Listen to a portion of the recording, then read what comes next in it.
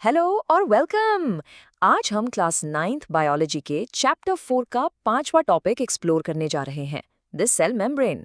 चलिए सीधा देखते हैं कि ये स्ट्रक्चर इतना जरूरी क्यों है। एक मिनट के लिए सोचिए कि आपका हर सेल एक छोटा सा बसलिंग शहर है। अगर ऐसा है तो इस शहर की हिफाजत कौन करता है? इसका गेट कीपर कौन है जो डिसाइड करता है कि क्या चीज अंदर आएगी और क्या बाहर जाएगी? तो वो गेट कीपर है सेल मेम्ब्रेन। ये वो स्ट्रक्चर है जो सेल की सबसे बाहर वाली लिविंग बाउंड्री बनाता है। इसका मेन काम है सेल के अंदर के माहौल को बाहर की दुनिया से अलग रखना। और ये बहुत जरूरी बात है कि सेल मेम्ब्रेन हर किस्म के सेल में मौजूद होता है। हाँ, प्लांट सेल्स में सेल वॉल भी होती है, लेकिन वो नॉन लिविंग है, इसलिए असली जिंदा बाउंड्री सेल मेम्ब्रेन ही है। ये साइटोप्लाज्म को घेरकर उसकी हिफाजत करती है और इसे प्लाज्मा मेम्ब्रेन भी कहा जाता है। और सुनिए, ये कोई आम गेटकीपर नहीं है, ये सेलेक्टिवली परमिएबल है। इसका मतलब यह है कि ये बहुत स्मार्ट है। ये हर चीज को अंदर बाहर आने नहीं देता, सिर्फ चुनी हुई चीजों को, जैसे न्यूट्रिएंट्स और गैसेस, इजाजत मिलती है। बेसिकली ये सेल के अंदर और बाहर की सारी ट्रैफिक को कंट्रोल करता है। तो अब अगला सवाल ये बनता है कि आखिर ये जबरदस्त गेट बना किस चीज का है, इसका ब्लूप्रिंट क्या है? इसके स्ट्रक्चर को समझने के लिए साइंटिस्ट ने एक खास मॉडल पेश किया है। ये मॉडल 1972 में S.J. सिंगर और G.L. निकलसन ने प्रपोज किया था। और आप देखें, आज भी सेल मेम्ब्रेन को समझने के लिए हमारी बुनियाद यही मॉडल है। इसे कहते हैं फ्लूइड मोज़ेक मॉडल। फ्लूइड इसलिए क्योंकि इसके हिस्से जैसे कि प्रोटीन्स एक जगह फिक्स नहीं होते, वो इधर-उधर मूव कर सकते हैं। और मोज़ेक इसलिए क्योंकि ये एक पैचवर्क की तरह है, अलग-अलग मॉलिक्यूल्स का एक मिक्सचर जो मिलकर पूरी मेम्ब्रेन बनाते हैं। तो मोज़ेक में है क्या-क्या? इसका बुनियादी ढांचा है एक फॉस्फोलिपिड बाइलेयर, यानी लिपिड्स की 2 लेयर्स। इसके अंदर प्रोटीन्स फंसे हुए होते हैं। कुछ इंटीग्रल प्रोटीन्स होते हैं जो पूरी मेम्ब्रेन से गुजरते हैं, बिल्कुल चैनल्स की तरह। दूसरे पेरिफेरल प्रोटीन्स होते हैं जो सिर्फ सरफेस पर पाए जाते हैं। इनके अलावा कोलेस्ट्रॉल जैसे मॉलिक्यूल्स भी इस कॉम्प्लेक्स स्ट्रक्चर का हिस्सा है। अब जब हम गेट का स्ट्रक्चर समझ गए हैं, तो चलिए देखते हैं कि इससे ट्रैफिक गुजरती कैसे है। सबसे पहला तरीका है जिसे हम पैसिव फ्लो कहते हैं, ऐसी मूवमेंट जिसके लिए सेल को कोई एनर्जी खर्च नहीं करनी पड़ती। पैसिव ट्रांसपोर्ट का सीधा सा उसूल ये है कि चीज़ें हमेशा हाई कॉन्सेंट्रेशन वाले एरिया से लो कॉन्सेंट्रेशन वाले एरिया की तरफ जाती हैं। ये बिल्कुल ऐसे हैं जैसे आप कमरे के एक कोने में परफ्यूम स्प्रे करें। उसकी खुशबू खुद ब खुद पूरे कमरे में वहाँ फैल जाती है जहाँ उसकी कॉन्सेंट्रेशन कम होती है। इसके लिए कोई एनर्जी नहीं लगती। पैसिव ट्रांसपोर्ट के 2 मेन किस्में हैं। सिंपल डिफ्यूजन में छोटे मॉलिक्यूल्स जैसे ऑक्सीजन और कार्बन डाइऑक्साइड आसानी से मेम्ब्रेन से गुजर जाते हैं।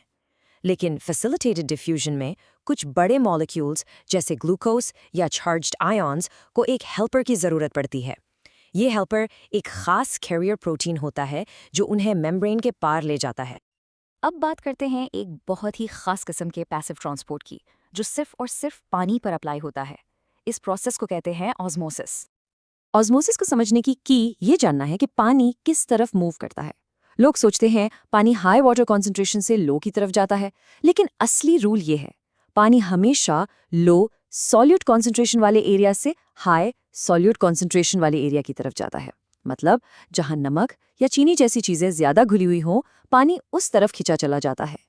हम ऑस्मोसिस को रेड ब्लड सेल्स के साथ एक्शन में देख सकते हैं।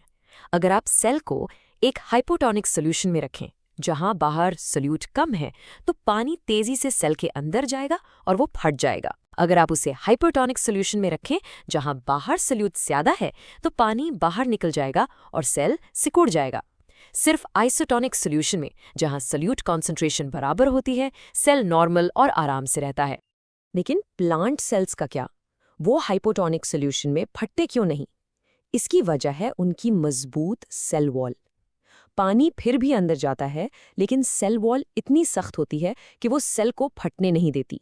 सेल बस फूलकर सख्त हो जाता है। इस हालत को हम टर्जिट कहते हैं।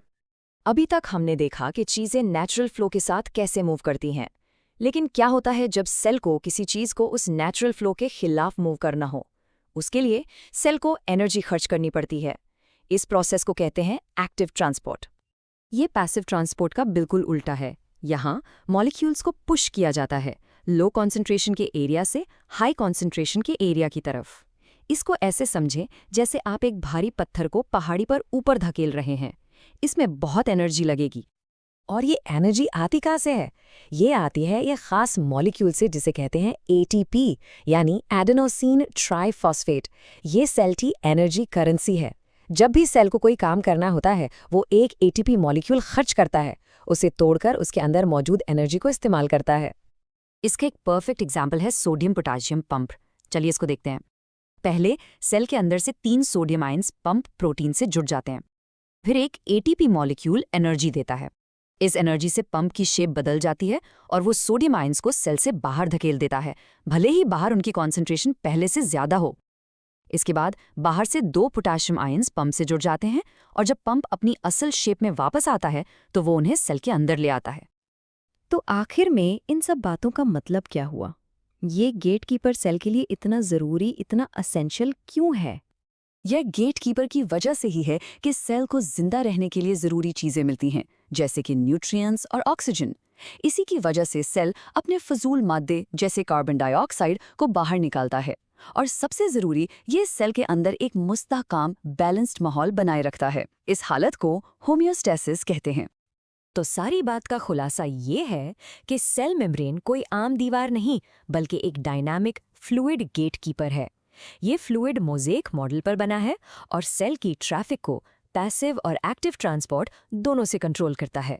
और ये कंट्रोल सेल के जिंदा रहने, न्यूट्रिएंट्स हासिल करने और वेस्ट निकालने के लिए बिल्कुल लाजमी है। चलिए इस डिस्कशन को एक आखिरी सवाल पर ख़त्म करते हैं। अगर सेल एक शहर है और मेम्ब्रेन उसकी सरहद, तो उस शहर का क्या होगा अगर उसका गेटकीपर अचानक काम करना छोड़ दे? इस पर ज़रूर सोचिएगा।